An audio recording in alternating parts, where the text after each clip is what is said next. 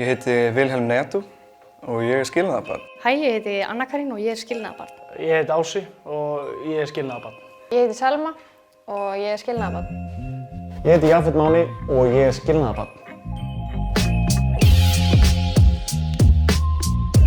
Ég reyndi að hugsa um eitthvað fyndið það, en ég held að fyrir mér það var ekkert neitt sérstaklega fyndið sem gerðist. Það var í raun allt frekar leiðilegt og vandræðalegt. Þetta gerðist líka þegar ég var 19-20 ára.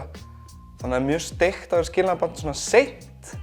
Foreldrar mínu skildu þegar ég var svona 7-8 ára minnir mig og ég einhvern veginn tók því bara svona frekar létt. Ég einhvern veginn var bara eitthvað, já, þeir eru að skilja. En það sem mér fyndi er að besta vinkona mín fór að gráta, en ekki ég. Af því ég var bara eitthvað, já. Það var byggum á Seltjarnarnesi í á Bollagörum og síðan vorum við að flytja og ég kem inn í íbúðina og hleyp á því. Ég minnir að ég hafi verið 8 eða 9 ára.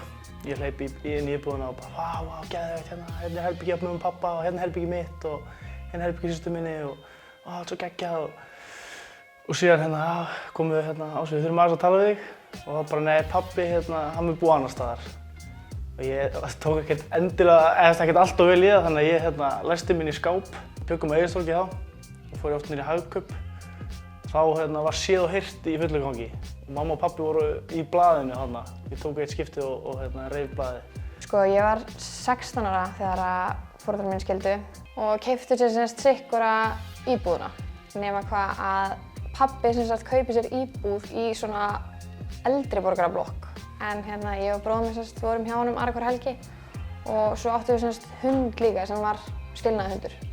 Hann fylgdi okkur alltaf þegar við fórum til pabba aðra hver helgi.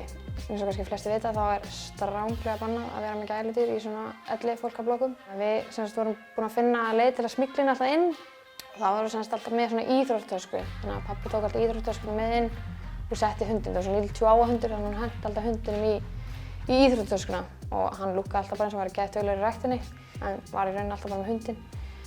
Jólin voru skipt, þannig að það var annarkvort jól í Portúgal eða jól á Íslandi. Og núna á ég danska kærustu þannig að hvort jól í Portúgal, jól á Íslandi eða jól í Danmörku. Og það er mjög erfitt, sérstaklega það er ekki neinn beinflug til Portúgals, en þá er alltaf að millilenda.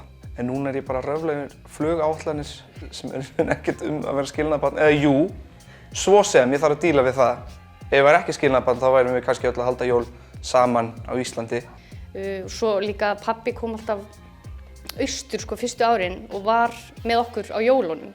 Og ég er svolítið fyndið að hugsa um það núna að ef ég myndi þurfa að vera alltaf að eyða jólunum með fyrrverandi, það hefur ábyggilega verið svolítið skrítið. Mér fannst alltaf meira spennandi að vera pabba um áramótin þegar hann sprengdi meira, þannig að ég fekk að vera pabba um áramótin.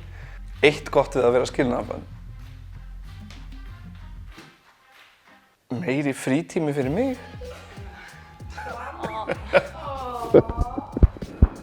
Komust upp með ákveðna hluti. Ef ég vissi að pabbi myndi segja nei við ykkur, þá spurði ég frekar mömmu. Eða ég vissi að mamma myndi segja nei við ykkur, þá spurði ég frekar pabba. Það er svona sikkurt dæmi, Nei, engin stjúpamma.